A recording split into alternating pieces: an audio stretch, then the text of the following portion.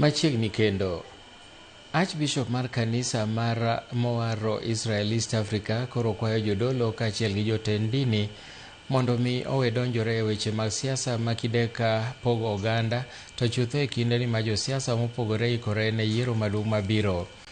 Ne bende ojiwo rowere mondo mi otang' ahinya gi josiasa makidek tiyo kodgi e nyayo tulo, ka bende ojiwo jonyuol nolos gi nyithindgi kendo mondo mi odargi e timbe moko ma ok dhi kare. Joja oko nigi ler kowuok Mombasa.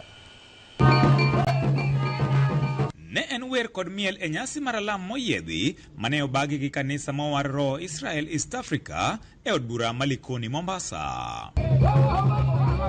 Archbishop mar kanisa no Jojo Kal ne okoni en midhiero ni sani thoth jodolo donje weche mag siasa, gino mamono gi chogo timbe ma ok odhi kare ma samoro itimo gi josiasa ma gitenore godo.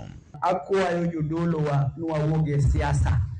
Wawe jo siasa go siasa tuwadong' joma nyalo lemo ni jo siasa.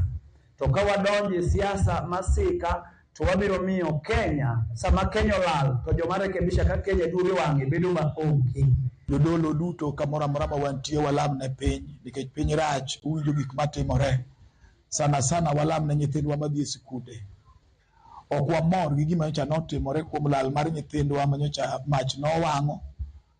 Kendo wan kaka jodolo walamo Nyasaye ni Nyasaye koyie kibi yaw sikul to Nyasaye mondo nyithindwa kendo sikundewa mondo wach malit machal kama chak wawinji. Gikoni en midhiero ni sani josiasa tiyo gi rowere nyayo tulo, gino monego bed ni jodolo wuok oko motegno mar kwedo. Ne bende gijiwo rowere mondo mi opar nyadiriyo kapok gidonje timbe makidek rocho ngimagi e kinde mabiro.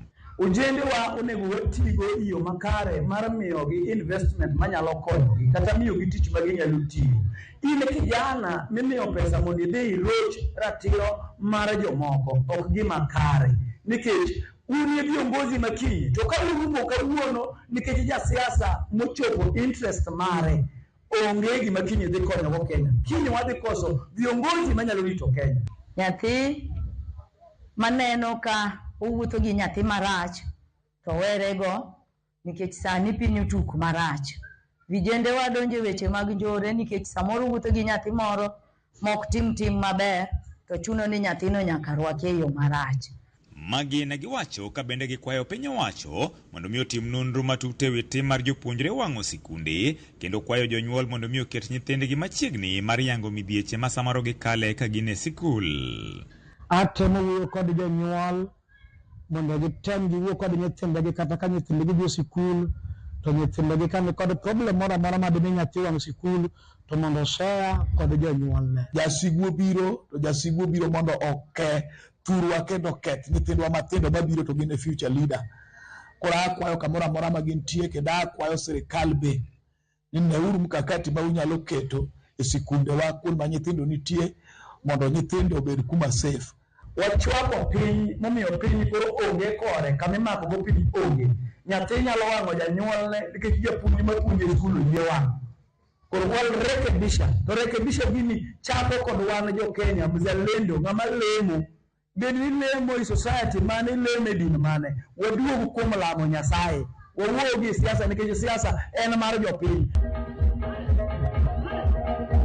George Aoko, Ramogi TV, Mombasa.